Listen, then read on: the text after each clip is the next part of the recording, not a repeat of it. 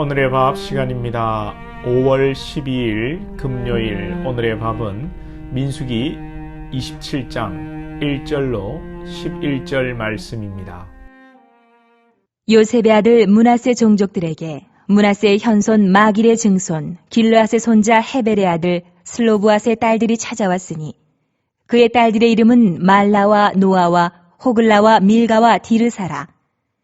그들이 회막문에서 모세와 제사장 엘르아살과 지휘관들과 온 회중 앞에 서서 이르되 우리 아버지가 광야에서 죽었으나 여호와를 거슬러 모인 고라의 무리에 들지 아니하고 자기 죄로 죽었고 아들이 없나이다.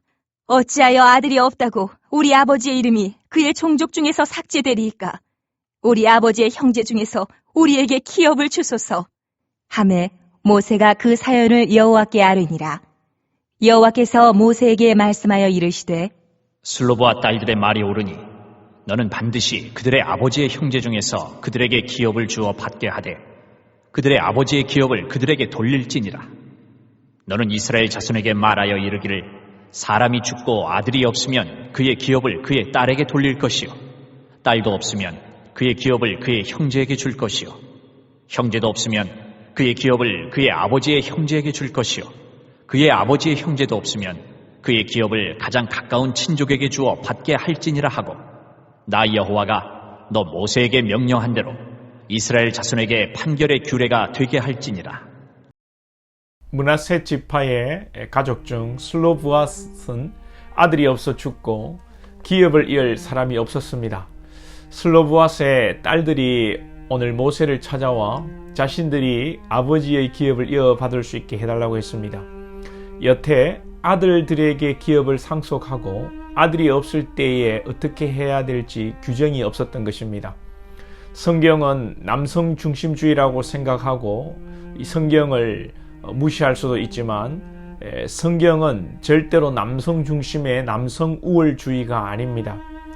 그래서 오늘 모세는 스스로 판단하거나 이 딸의 요청을 자신이 스스로 이렇게 거절하지 않고 하나님께 어떻게 해야 할지 아뢰게 됩니다. 하나님께서는 딸들에게도 기업을 상속하라고 말씀하시고 없었던 이 사례를 들어 판례를 만들어 주십니다. 아들이 없으면 딸들에게 상속하고 딸이 없으면 그 다른 이 형제에게 그 형제도 없으면 그 아버지의 형제에게 상속하고 최후에는 가까운 친족까지 그 상속의 그 지위를 가질 수 있게 합니다.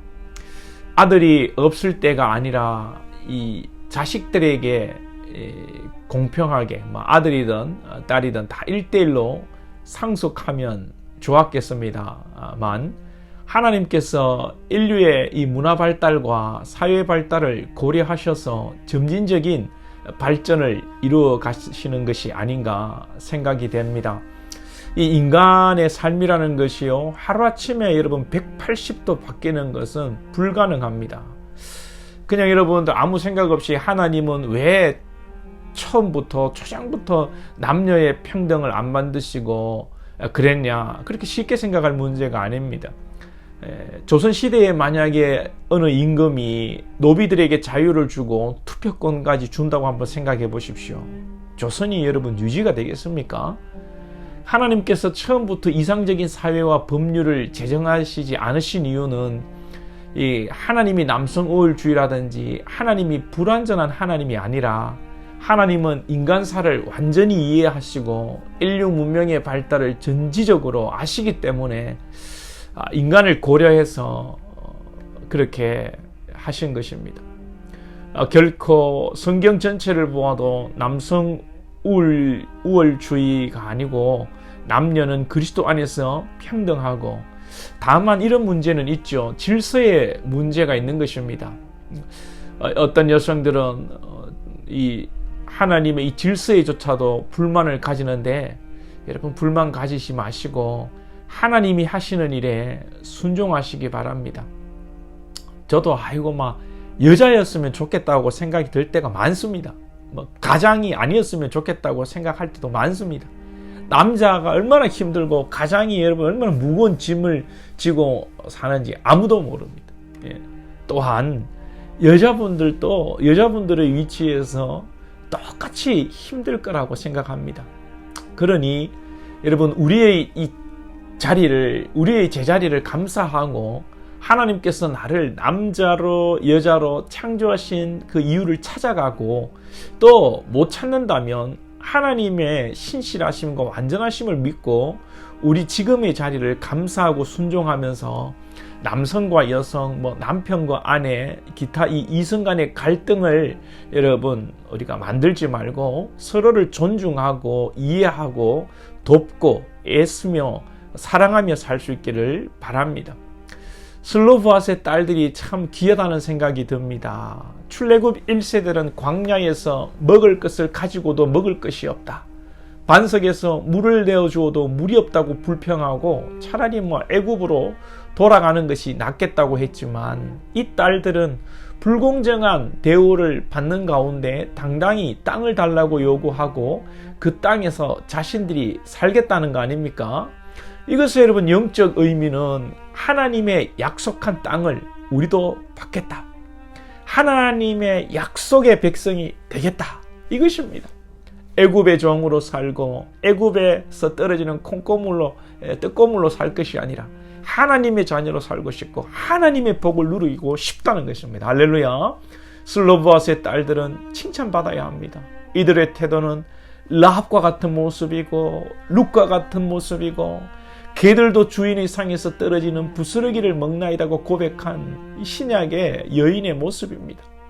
오늘 말씀을 단순히 재산 상속의 문제로 생각하지 마시고 우리에게 시사하는 영적 메시지가 무엇인가를 보아야 합니다.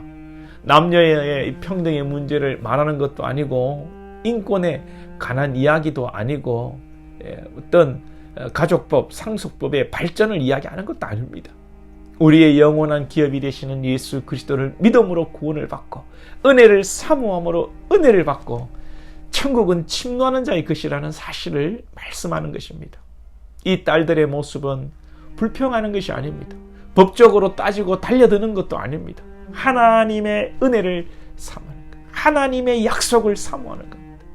저와 여러분들도 이 세상 가운데 불합리하고 이해가 안 되는 상황에서 불평과 원망과 낙심을 출애굽 1세대처럼 쏟아내고 하나님을 여러분 대적하는 것이 아니라 하나님을 향하여 거룩한 질문을 던지고 하나님을 향하여 거룩한 불만을 가지기를 바랍니다. 거룩한 불만, 좀 이상한데요, 표현이. 여러분, 이해가 안 가면 하나님 앞에 따지는 겁니다. 물론 이 따진다는 게 하나님과 싸우고 하나님을 대적하는 것이 아니라 하나님 앞에 응석을 부리고 어리광을 피우는 것이죠. 자녀들이 사춘기 때 부모에게 대들고 악하게 하는 것은 참 여러분들 못된 짓을 합니다. 한 대 때려주고 싶지만 그래도 사춘기 때 자신의 인생을 여러분 고민하고, 때로는 부모에게 그 사춘기의 입장에서 부모에게 저들이 이해하지 못해서 부모에게 반항도 하고 대드는 모습을 보면 여러분 한편으로 사랑스럽지 않습니까? 저놈이 커가고 있구나, 저놈이 저런 생각을 하고 있구나. 그렇게 그 자녀의 나름대로 고민하고 참 고생하는 그런 모습을 볼 때 애처롭기도 하고 부모로서 뭔가를 더 해주고 싶기도 하고 용돈도 더 주고 싶고 그런 거 아닙니까?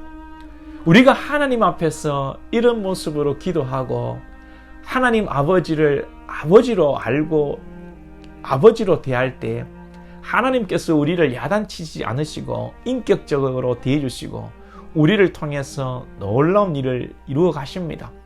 오늘 이 딸들이 거룩한 불평을 가지고 요구함으로 새로운 이스라엘의 판례가 만들어지고 새로운 질서가 만들어진 것처럼 우리를 통해 하나님 나라의 확장과 거룩한 질서가 또 세워지기를 주님의 이름으로 축복합니다. 기도드리겠습니다. 하나님 아버지, 오늘 슬로브아스의 딸들의 모습을 보며 우리가 영적으로 깨닫기를 원합니다. 우리에게 거룩한 욕심이 있게 하옵소서. 세상의 아버지, 참으로 재산 상속의 욕심이 아니라 하나님이 약속하신 그 축복을 누리고자 하는 아버지의 욕심, 하나님의 나라를 이루어가는 욕심, 거룩한 욕심과 거룩한 아버지 불만과 거룩한 고민거리를 가지고 하나님 앞에 기도하고 구하여서 하나님의 마음을 흐뭇하게 해드리며 우리를 통하여 하나님께서 놀라운 새로운 질서를 잡아가시고 새로운 일을 행하시는 그 은혜를 누리는 저희들이 되게 하여 주옵소서. 예수님의 이름으로 기도하옵나이다. 아멘.